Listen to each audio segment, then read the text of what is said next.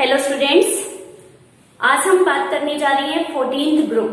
14th group में हमारे पास कौन कौन से एलिमेंट प्रेजेंट है। सबसे पहले हम उनको देख रहे हैं, that is carbon, silicon, germanium, tin and last is lead. As carbon पहले नंबर के ऊपर प्रेजेंट है, so it is also called as carbon family. तो 14th ग्रुप का दूसरा नाम हमारे पास क्या होता है, कार्बन फैमिली। कार्बन आपको पता है बहुत ही इंपॉर्टेंट एलिमेंट है। सबसे पहले हम डिस्कस करते हैं कि ये एलिमेंट्स किस तरह से हमारी अर्थ क्रस्ट में या हमारे अराउंड प्रेजेंट होते हैं। तो first one is carbon. Abundance की बात करें तो इन are earth crust by mass इसका नंबर 17th है, means it is 17th most abundant element in the earth crust. Carbon बहुत बार आपने सुना है। In the elemental form it occur as coal, graphite, diamond. सभी आपने देखे हैं, सुने हैं and these are very important. As well as ये कंबाइन भी करता है with whether hydrogen, oxygen, sulphur. तो बहुत से एलिमेंट के साथ ये कंबाइन करता है बिकॉज ऑफ हाई रिएक्टिविटी। और एज ए रिजल्ट ये बहुत सारे कंपाउंड फॉर्म करता है, like called as hydrocarbon, CO2 which is present in our air in the amount of 0.03%. Hydrocarbon is very important. It is main constituent of the living organism. तो बहुत से ऐसे compounds होते हैं ऑफ द कार्बन जो living beings के लिए बहुत इंपॉर्टेंट है। They are also use in the drug manufacturing, they are used in the plastic formation. So there is various uses of the carbon, so that carbon is supposed to be the most versatile element on the earth because of its various uses, because of its compound formations. Carbon occur in the three isotopic form, that is C12, C13 and C14, having same atomic number but different mass number. This one C14 जो होता है, this is radioactive in nature और इसका use radio dating में किया जाता है। इसका हाफ लाइफ पीरियड आपने याद रखना है, दैट इज 5770 ईयर्स होता है। यदि हम बात करते हैं इसके एलोट्रोपिक फॉर्म की, तो इसके डिफरेंट एलोट्रोप्स प्रेजेंट होते हैं। कार्बन की दो एलोट्रोपिक फॉर्म कंसीडर की जाती है, one is known as crystalline and second is amorphous, जिसको हम फर्दर डिस्कस करेंगे। नेक्स्ट हमारा एलिमेंट है that is silicon and that occur as the second most abundant element by mass in our earth crust. इसकी presence in the form of silica और silicates, इस फॉर्म में ये हमारी अर्थ क्रस्ट में प्रेजेंट होता है। सिलिकॉन की use like the formation of ceramic, formation of glass, इनमें की जाती है। तो silicon is also very important for our daily use even. Germanium बहुत कम मात्रा में पाया जाता है। Tin in the form of calcite और SnO2, इस तरह से ये पाया जाता है। Lead it is occur in the form of galena. Electronic configuration, तो इलेक्ट्रॉनिक कन्फिग्रेशन के लिए फर्स्ट ऑफ ऑल हमने क्या याद करना है, एटॉमिक नंबर। जैसा कि आपको दिखाया गया है, हमारे पास एटॉमिक नंबर क्या है, दैट इज 6, 14, 32, 50 एंड 82। और इनमें डिफरेंस कितना है आपने इसके थ्रू याद करना, एटॉमिक नंबर इजी हो जाता है। फर्स्ट एलिमेंट का आपने याद कर लिया, दैट इज 6, वो नॉर्मली आपको पता है। इससे नेक्स्ट मेंबर के लिए हमने क्या किया, 8 को ऐड किया, फिर उसके बाद 18, next is 18 and in the last one to obtain the atomic number of lead 32 को हमने ऐड किया। तो इस तरह से एटॉमिक नंबर आपने याद करने हैं इनके, और इलेक्ट्रॉनिक कॉन्फ़िगरेशन के लिए ऑलवेज इन माइंड में रखना है कि 14th ग्रुप के लिए कॉन्फ़िगरेशन क्या होती है, ns2np2 मींस इसकी जो वैलेंस शेल होती है उसमें 4 इलेक्ट्रॉन प्रेजेंट होते हैं, 2 s में और 2 p ऑर्बिटल में इलेक्ट्रॉन्स प्रेजेंट होते हैं। वही जो इनर कोर है वो रेगुलरली चेंज होता जाएगा, जैसे जैसे आप डाउन द ग्रुप जाओगे वहां पर d ऑर्बिटल की feeling as well as f orbital की फीलिंग, जैसा कि आपको दिखाया गया है, हमारे पास होती जाती है। तो इनर कोर रेगुलरली वेरी करता जाता है, while outer valence shell configuration always क्या रहती है, ns2np2। तो this is electronic configuration.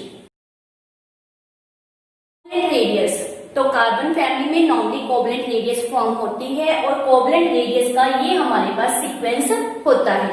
Means carbon से सिलिकॉन में there is large increment in the radius, while in the germanium tin lead there is a small difference in the radius.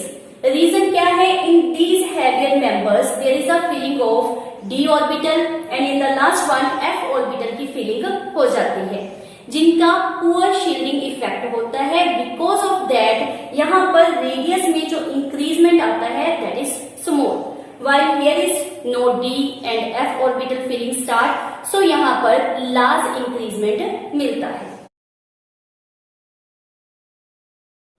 Next is ionisation enthalpy. जैसा कि हमने पहले भी पढ़ा है, ionization enthalpy in period जो होती है वो इंक्रीज होती है और ग्रुप में जाते हुए डिक्रीज होती है, so that in comparative to the 13th group 14th group में आयनाइजेशन एंथैल्पी आपको ज्यादा मिलेगी।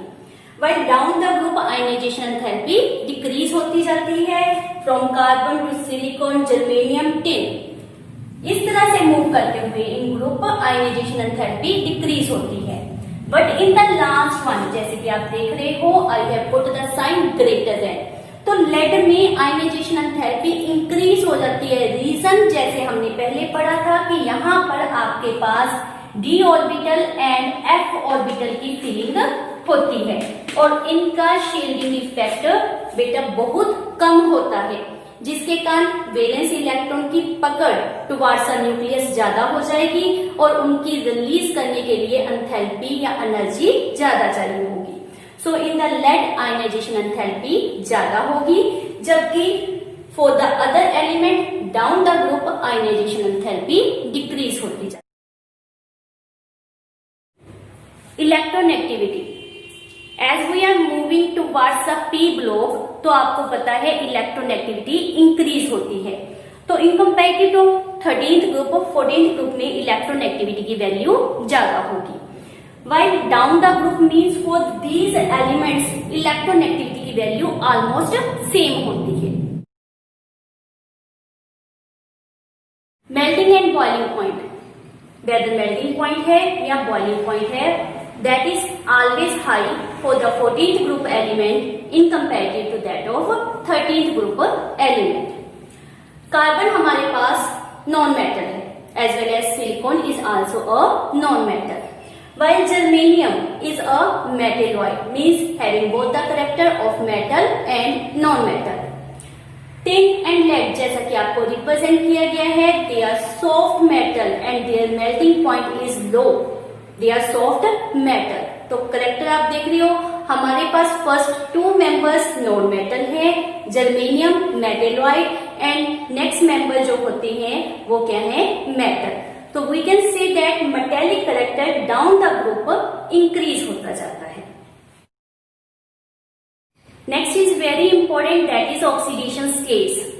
तो हमारे पास जैसा अभी हमने किया था electronic configuration which shows outer या valence configuration is ns2np2। तो if it lost electrons of only p orbital, तो ऑक्सीडेशन स्टेट हमारे पास कितनी आती है, +2। और if it lost electrons of s and p both the orbitals, तो ऑक्सीडेशन स्टेट हमारे पास आएगी 4। तो यहाँ इन द 14th ग्रुप दोनों तरह की ही पॉसिबिलिटीज होती है, they are able to show +2 and +4 oxidation states. But कौन सी स्टेट ज्यादा स्टेबल होगी, +2 या +4? It depends upon a effect which is called as inert pair effect. Inert pair effect meaning क्या होता है? तो जैसे हमने पहले भी पढ़ा था, reluctance of s orbital electron to take part in the chemical bonding is called as inert pair effect. Meaning क्या है कि जो वैलेंस शेल में s इलेक्ट्रॉन्स प्रेजेंट हैं वो न्यूक्लियस की ज्यादा पकड़ में आ जाती हैं। Attraction force over the s electron increase हो जाता है because of presence of d and f orbital जिनका पुअर शेयरिंग इफेक्ट होता है। तो ये अपने इलेक्ट्रॉन लॉस नहीं कर पाते और सिर्फ p के इलेक्ट्रॉन लॉस होते हैं, जिसके कारण इसमें ऑक्सीडेशन स्टेट कितनी मिलती है, +2। It means down the group जहां पर आपको d एंड f ऑर्बिटल की फीलिंग मिलेगी वहां पर आपको क्या मिलेगा, +2 oxidation state is more stable. तो इट मीन्स क्या है कि लेड में हमारे पास +2 ऑक्सीडेशन स्टेट ज्यादा स्टेबल मिलती है। क्या हमारे पास ट्रेंड है +2 और +4 के लिए, वो हम स्टडी कर रहे हैं। For the carbon and silicon हमारे पास ऑक्सीडेशन नंबर कौन सा ज्यादा स्टेबल है, +4। इन द जर्मेनियम दोनों ऑक्सीडेशन स्टेट पाई जाती है, +4 as well as +2, while the +2 जो होती है वो बहुत ही कम कंपाउंड्स में पाई जाती है। Tin answer shows +4 as well as +2 oxidation state, लेकिन इसमें जो +2 ऑक्सीडेशन स्टेट है that act as a reducing agent. Lead जैसे मैंने अभी कहा, नॉर्मली आपके पास कौन सी स्टेट ज्यादा स्टेबल होती है, +2, और +4 ऑक्सीडेशन स्टेट में it occur as the oxidising agent. तो टिन में +2 एक्ट एज रेड्यूसिंग एजेंट और लेड में +4 act as oxidising agent. It is important one. Next हमारे पास बहुत ही इंपॉर्टेंट क्वेश्चन है कि जो कार्बन के हेलाइड्स होते हैं उनमें कोवलेंसी अप टू 4 पाई जाती है। They are not able to extend their covalency. What's the reason? First of all ये हमने डिस्कस करना है, ये हमने माइंड में रखना है कि carbon form covalent bond. Reason क्या है कि कार्बन में हमने ऑक्सीडेशन स्टेट क्या मेंशन की है, +4। तो +4 ऑक्सीडेशन ऑब्टेन करने के लिए it required very high ionisation enthalpy. इतनी इसको प्रोबेबली नहीं मिल पाती, तो it undergoes sharing of electron. So there is occurrence of +4 oxidation state in the covalent bond. Means carbon को जब भी आपको +4 ऑक्सीडेशन स्टेट मिलती है तो वहां पर बॉन्डिंग कौन सी होती है, कोवलेंट। सेकेंडली कार्बन में हमारे पास कॉन्फ़िगरेशन क्या है, that is 2 and 4 means only s and p में इलेक्ट्रॉन पाए जाते हैं, यहां पर d ऑर्बिटल एब्सेंट है। तो so that it is not able to extend its covalency. तो इसमें मैक्सिमम कोवलेंसी आपको कितनी मिलती है, 4। सो दैट CCl4 तो पाया जाता है। यदि हम कहें कि CCl6 2 नेगेटिव लेट इस तरह का कोई कंपाउंड पॉसिबल है, तो आंसर क्या आएगा, नो। वाई? बिकॉज यहाँ पर d ऑर्बिटल प्रेजेंट नहीं है। अगर d ऑर्बिटल प्रेजेंट नहीं है तो it is not able to extend its covalency, और इसमें सिर्फ आपको sp3 हाइब्रिडेशन ही मिलेगी। sp3 हाइब्रिडेशन ही इसमें मिलती है, मीन्स कोवलेंसी 4 ही मिलती है। वाई सिलिकॉन, जर्मेनियम या एनी अदर हमारे पास जो मेंबर्स हैं, they are able to extend its covalency because of presence of d orbital. तो उसमें कोवलेंसी हमारे पास 6 भी मिल सकती है, like silicon F6 2 negative, this compound is possible. और इसमें हमारे पास हाइब्रिडेशन क्या होती है, sp3d2। रीजन? बिकॉज इसके d ऑर्बिटल वेकेंट प्रेजेंट है, that is able to accept the electron from the f negative, जिसके कारण ये अपनी कोवलेंसी को इंक्रीज करेंगे। लेकिन कार्बन में ये अपनी कोवलेंसी को इंक्रीज नहीं कर सकता। CCl4 act as the electron precise member, means इसमें जब ये बॉन्डिंग कर लेता है तो हमारे पास 8 electron around the carbon present है। So it neither act acceptor or the donor of electrons. So this is very important question कि why this is not occur while this is normally present. Reactivity towards oxygen. तो carbon family and oxygen combine करके normally two type of oxide form करते हैं. One is known as monoxide having formula MO. M stand for the carbon family members. And second is dioxide which have generally formula MO2. तो हमारे पास जो monoxides होते हैं उनमें क्या ट्रेंड लाई करता है. कार्बन मोनोऑक्साइड जो होती है that is neutral in nature. Germanium oxide is acidic in nature while the left two one is amphoteric. In case of dioxides CO2 जैसा कि नॉर्मली आपको पता भी है it is acidic in nature. तो ये बहुत इंपॉर्टेंट आपके पास क्वेश्चन भी है कि CO न्यूट्रल होता है while CO2 is acidic in nature. These two is also acidic in nature. Lead, tin and lead ये दोनों ही डाइऑक्साइड जो होते हैं इनका नेचर एम्फोटेरिक होता है. तो इस तरह से ये ऑक्सीजन के साथ ज्वाइन करके दो तरह के oxide that is monoxide and dioxide की फॉर्मेशन हमें दिखती है.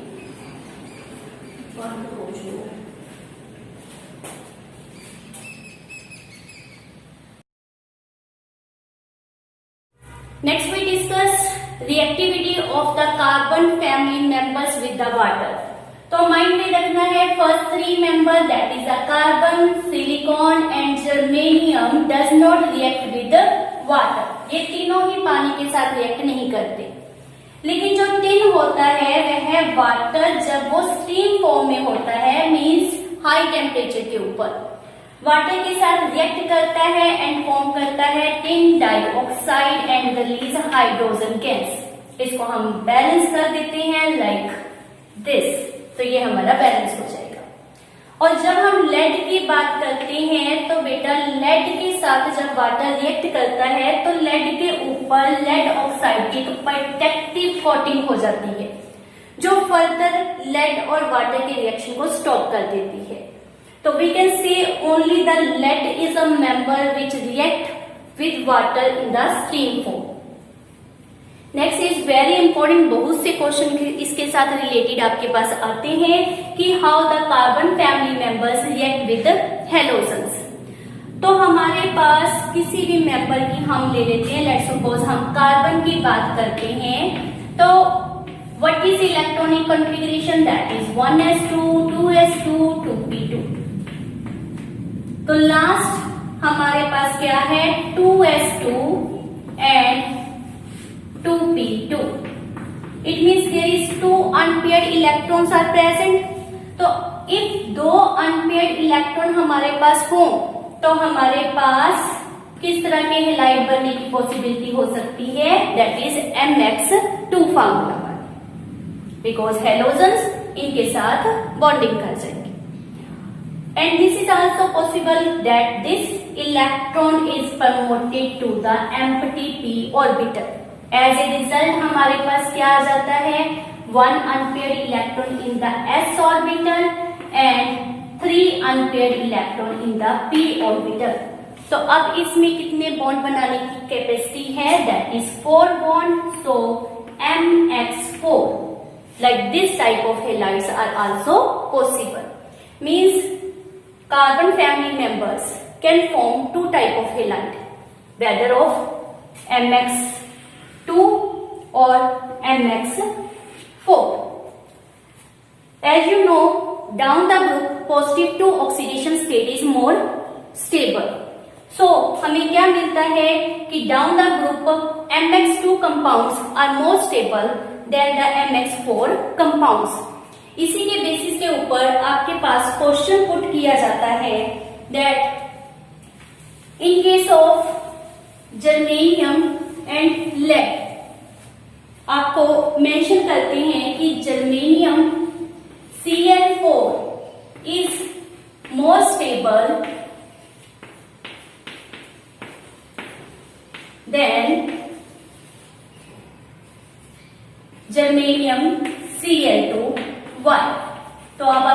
देख सकते हो कि डाउन द ग्रुप हमारे पास कौन सा ऑक्सीडेशन नंबर स्टेबल होता है, +2, लेकिन इसमें हमारे पास कौन सा स्टेबल होता है, +4।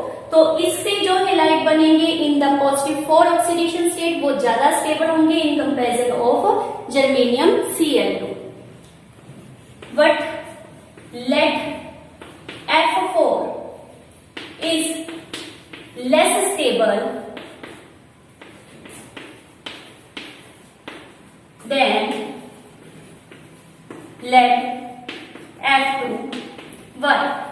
Because lead में हमारे पास ऑक्सीडेशन नंबर स्टेट कौन सी स्टेबल होती है, lead 2। सो इसके कंपाउंड ज्यादा स्टेबल होंगे in comparison of this one. एक और क्वेश्चन हमारे पास पुट किया जाता है, why PbI4 is not possible. Lead I4 ये कंपाउंड पॉसिबल ही नहीं होता।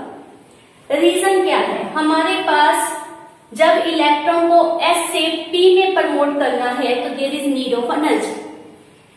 जब लेड आयोडीन के साथ शुरू में फर्स्ट बॉन्ड बनाता है तो इतनी एनर्जी रिलीज नहीं होती because of its large size, because of its less electronegativity, कि इसमें से इतनी एनर्जी रिलीज नहीं हो रही कि वो S के इलेक्ट्रॉन को P में प्रमोट करे।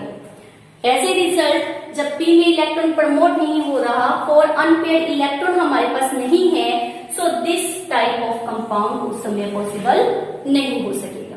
तो यह बहुत ही इंपॉर्टेंट क्वेश्चन है कि why lead I4 is not possible. Next हमारा बहुत ही इंपॉर्टेंट क्वेश्चन है that why carbon tetrachloride does not hydrolyse by water but silicon tetrachloride get hydrolysed. उसका रीजन देना है हमने and mechanism of hydrolysis in silicon tetrachloride explain करना है। ये आपको 2 क्वेश्चन की फॉर्म में भी पुट कर सकते हैं और एज सच आपके पास 1 क्वेश्चन की फॉर्म में भी आ सकता है। तो जैसा कि हमने पहले किया है कि carbon having configuration 1s2 2s2 2p2, तो यहाँ पर सेकेंड शेल में आपके पास कोई एम्प्टी d ऑर्बिटल नहीं होता। If there is no d orbital तो it is unable to accept the lone pair of electron on the oxygen of water। तो जब ये ऑक्सीजन के इलेक्ट्रॉन पेयर को एक्सेप्ट नहीं कर सकता तो यह वाटर के साथ किसी तरह की बॉन्डिंग नहीं करेगा, इसकी हाइड्रोलाइसिस नहीं होगी। कार्बन को छोड़कर जितने भी हमारे पास 14th ग्रुप मेंबर हैं they are easily get hydrolyse, reason because of presence of empty d orbital. तो किस तरह से सिलिकॉन टेट्राक्लोराइड की हाइड्रोलाइसिस होती है वो हम करते हैं। Silicon tetrachloride, as you know silicon tetrachloride have sp3 hybridisation and have tetrahedral structure. तो ये हमारे पास सिलिकॉन टेट्राक्लोराइड का स्ट्रक्चर है। Silicon does not have any unpaired electron, lone pair, ये 8 इलेक्ट्रॉन प्रोसेस कर रहा है और ये सभी बाइंडिंग फॉर्म में है। बट इसमें हमारे पास कॉन्फ़िगरेशन के accordingly d orbital empty present होता है as its configuration is neon 10 3s2 3p2 and 3d इसमें क्या है, एम्प्टी। तो ये क्या करता है, वाटर के ऑक्सीजन से 1 लोन पेयर एक्सेप्ट कर लेता है इन द d ऑर्बिटल, जिसके कारण this one HCl get easily release out, ये बाहर रिलीज हो जाएगा और OH इस सिलिकॉन के साथ लाइक दिस अटैच हो जाता है। सिमिलरली हमारे पास जो रिमेनिंग 3 वाटर मॉलिक्यूल होते हैं वो भी इसी तरह से सिलिकॉन के साथ अटैच होंगे और हमारे पास 3 HCl रिमूव हो जाएंगे। तो ये हमारे पास हाइड्रोलाइसिस ऑफ सिलिकॉन टेट्राक्लोराइड का मैकेनिज्म होता है and this is very very important question.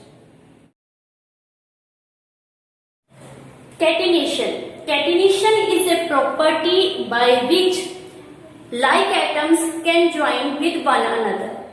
Like the carbon. Carbon में सबसे अधिक कैटिनेशन की प्रॉपर्टी होती है, मीन्स कार्बन के एटम्स एक दूसरे से इजीली कंबाइन कर जाते हैं with the help of covalent bond, जिसके कारण वेदर वो स्ट्रेट चेन स्ट्रक्चर और द रिंग स्ट्रक्चर रिप्रेजेंट करते हैं। इसी कारण a large number of compounds of carbon possible है। But down the group from carbon to silicon, germanium, tin, lead, जैसे जैसे हम जाते हैं कैटिनेशन की प्रॉपर्टी डिक्रीज होती जाती है। रीजन क्या है? Down the group size increase होगा, एंड इफ साइज इंक्रीज हो गया तो उनके बीच में जो बॉन्ड स्ट्रेंथ है वह वीक हो जाएगी, जिसके कारण वो लार्ज चेन की फॉर्मेशन नहीं दे सकेंगे। So the catenation property is maximum occur in the carbon. Next point आपने माइंड में रखना है कि carbon can also form strong p pi bond with itself as well as with the small size and high electronegative element like that of oxygen, nitrogen। तो इनके साथ ये easily p pi bond means pi bond की formation देता है। इन्हीं reasons के कारण इट हैज एलोट्रोपिक फॉर्म्स। तो एलोट्रोपिक फॉर्म्स इसकी कौन कौन सी है वो हम डिस्कस कर रहे हैं। तो एलोट्रोपिक फॉर्म में जैसे हमने पहले पढ़ा था, कार्बन की दो एलोट्रोपिक फॉर्म है, crystalline and amorphous. Crystalline form further हमारे पास तीन तरह के एलोट्रोप देती है, diamond, graphite and fluorine. Diamond and graphite के बारे में आपने अपनी छोटी क्लासेस में भी पढ़ा था। थोड़ा सा हम यहाँ पर डिस्कस कर रहे हैं कि जो डायमंड है उसमें sp3 हाइब्रिडाइजेशन होती है, टेट्राहेड्रल स्ट्रक्चर ऑफ कार्बन होता है, कार्बन के 4 इलेक्ट्रॉन बॉन्डिंग में यूज होते हैं, बहुत ही हार्ड स्ट्रक्चर होता है। वाइल ग्रेफाइट इसमें हेक्सागोनल रिंग्स ऑफ कार्बन होती हैं, sp2 हाइब्रिडाइजेशन लाइक करती है, एंड यहाँ पर 1 इलेक्ट्रॉन फ्री टू मूव होता है, जिसके कारण it is good conductor of electricity. Fullerene is very important. It is also called Buckminster fullerene and the soccer ball because of its structure. Spherical इसका structure होता है। Graphite को laser beam से जब वेपोराइज करते हैं तो हमारे पास C60 मॉलिक्यूल का spherical structure which is called fullerene। इसमें दो तरह की रिंग होती हैं, 12 इज 5 मेंबर रिंग्स एंड 20 इज 6 मेंबर रिंग। स्पेशलिटी ये है कि 6 मेंबर रिंग तो 6 member as well as 5 member ring से ज्वाइन कर सकती है, लेकिन जो 5 मेंबर रिंग है that can only join with the 5 member ring. तो यह फुल्लरीन का स्ट्रक्चर होता है और इसमें हाइब्रिडाइजेशन sp2 ही लाइक करता है।